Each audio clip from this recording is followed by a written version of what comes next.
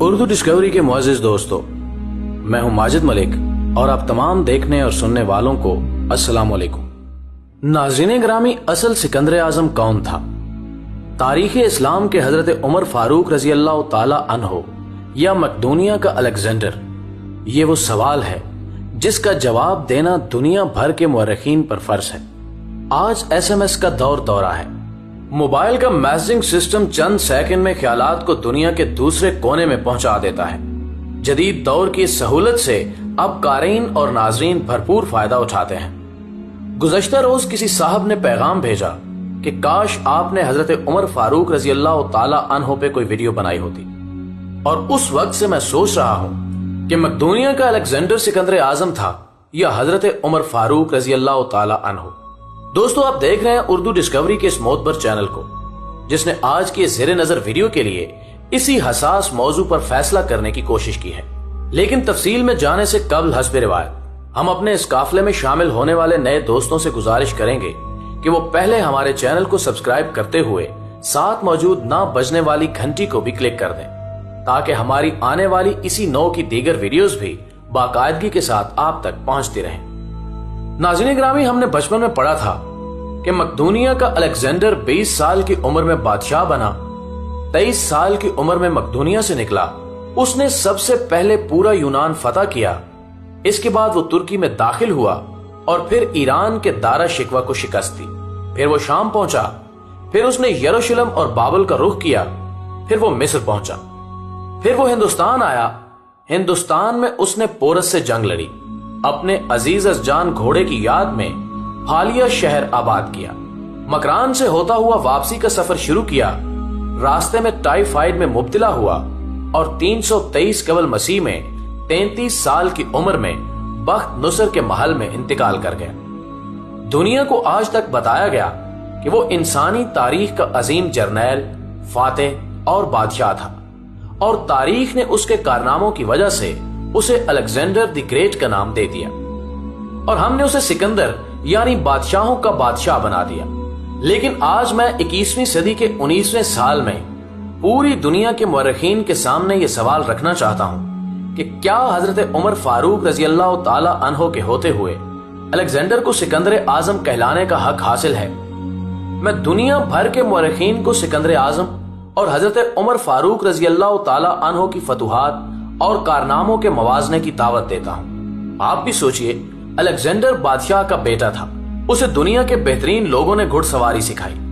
اسے ارسطو جیسے استادوں کی صحبت ملی تھی، اور جب وہ 20 سال کا ہو گیا تو اسے تخت اور تاج پیش کر دیا گیا، جبکہ اس کے مقابلے میں حضرت عمر فاروق رضی اللہ تعالی عنہ کی 7 پشتوں میں کوئی بادشاہ نہیں گزرا تھا۔ آپ رضی اللہ تعالی عنہ بھیڑ بکریاں اور اونٹ چراتے چراتے بڑے ہوئے تھے،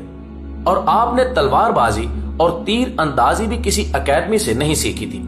سکندر اعظم نے آرگنائزڈ آرمی کے ساتھ 10 برسوں میں 17 لاکھ مربع میل کا علاقہ فتح کیا تھا، جبکہ حضرت عمر فاروق رضی اللہ تعالی عنہ نے 10 برسوں میں آرگنائزڈ آرمی کے بغیر 22 لاکھ مربع میل کا علاقہ فتح کیا، اور اس میں روم اور ایران کی 2 سپر پاورز بھی شامل تھیں۔ آج کے سیٹلائٹ، میزائل اور آبدوزوں کے دور میں بھی دنیا کے کسی حکمران کے پاس اتنی بڑی سلطنت نہیں جو حضرت عمر فاروق رضی اللہ تعالی عنہ نے نہ صرف گھوڑوں کی پیٹھ پر بیٹھ کر فتح کرائی تھی، بلکہ اس کا انتظام و انصرام بھی چلایا تھا۔ الیگزینڈر نے فتوحات کے دوران اپنے بے شمار جرنیل قتل کرائے، بے شمار جرنیلوں اور جوانوں نے اس کا ساتھ چھوڑا، اس کے خلاف بغاوتیں بھی ہوئیں، اور ہندوستان میں اس کی فوج نے آگے بڑھنے سے انکار بھی کر دیا۔ لیکن حضرت عمر فاروق رضی اللہ تعالی عنہ کے کسی ساتھی کو ان کے حکم سے سرتابی کی جرت نہ ہوئی۔ وہ ایسے کمانڈر تھے کہ آپ رضی اللہ تعالی عنہ نے عین میدان جنگ میں عالم اسلام کے سب سے بڑے سپہ سالار حضرت خالد بن ولید رضی اللہ تعالی عنہ کو معزول کر دیا، اور کسی کو یہ حکم ٹالنے کی جرت نہ ہوئی۔ آپ نے حضرت سعد بن ابی وقاص رضی اللہ تعالی عنہ کو کوفے کی گورنری سے ہٹا دیا۔ آپ نے حضرت حارث بن کعب رضی اللہ تعالی عنہ سے گورنری واپس لے لی۔ آپ نے حضرت عمر بن عاص رضی اللہ تعالی عنہ کا مال ضبط کر لیا، اور آپ نے حمص کے گورنر کو واپس بلا کر اونٹ چرانے پر لگا دیا۔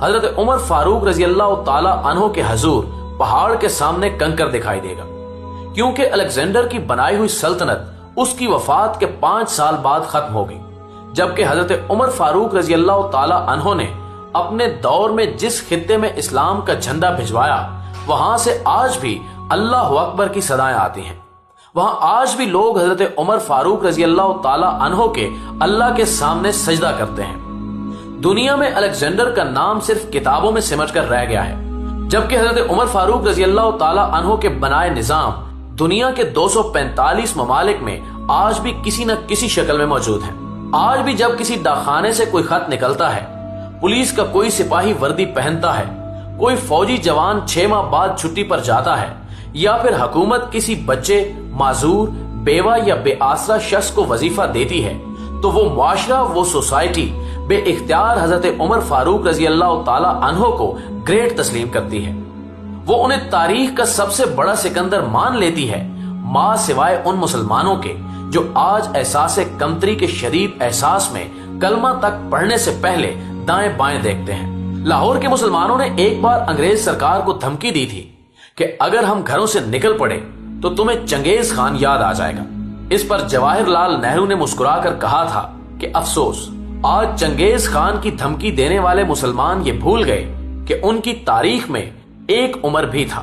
کہ ہم میں ایک حضرت عمر فاروق رضی اللہ تعالی عنہ بھی تھے، جن کے بارے میں رسول اللہ صلی اللہ علیہ وآلہ وسلم نے فرمایا تھا کہ میرے بعد اگر کوئی نبی ہوتا تو وہ حضرت عمر بن خطاب ہوتے۔ ناظرین گرامی، ویڈیو کے آخر میں